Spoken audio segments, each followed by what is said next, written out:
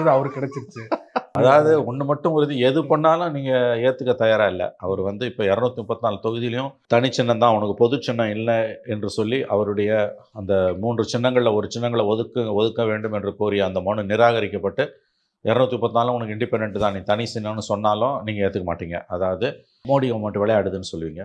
ஒரு சின்னத்தை கொடுத்தாலும் இவன் வேலை போயிட்டான், மோடி போட்டு அமுக்கிட்டார் அவனுங்க. ஸோ எது செஞ்சாலும் நீங்கள் ஏற்றுக்க மாட்டீங்க. அதனால் இது அவரவர் மனதை பொறுத்தது. ரொம்ப நாள் கழிச்சு விஜய்க்கு ஒரு பாசிட்டிவான ஒரு விஷயம் அமைஞ்சு. ஆமாம், ஒரு ரொம்ப நாள் பொறுத்து ஒரு நல்லது நடந்திருக்குது. இது நாட்டுக்கு நல்லதான்றதான் முக்கியமாக கேள்வி. விஜய்க்கு நல்லதாக இருக்கக்கூடிய விஷயம் நாட்டுக்கு நல்லதான்றதான் நம்ம கவனிக்க வேண்டிய ஒரு விஷயம். சின்னம் என்ற அளவில் எஸ், இது வந்து ஒரு பாசிட்டிவ் ஸ்டெப் அவருக்கு. ஏன்னா தொடர்ந்து பின்னடைவுகளே சந்தித்து கொண்டிருக்கிறார்.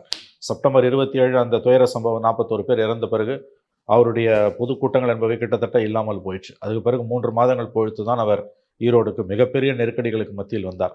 84 நிபந்தனைகளை போட்டு அதுக்கு பிறகு வந்தார். அதுக்கு பிறகு ரெகுலராக வாரம் வந்தவர் சுத்தமாக இல்லாமலே போச்சு. 2வது அந்த அவருடைய திரைப்படத்திற்கான அந்த நெருக்கடி என்பது உண்மையிலே அவரை மிகப்பெரிய அளவில் நெருக்கடிக்கு உள்ளாக்கி இருக்கிறது. 3வது சிபிஐ விசாரணைக்கு அழைக்கப்பட்டது. விஜய்க்கு இது பாசிட்டிவான ஒரு நல்ல விஷயம். தமிழ்நாட்டுக்கு நல்லதா, தமிழ்நாட்டு மக்களுக்கு நல்லதான்றத தேர்தல் தான் முடிவு செய்யும்.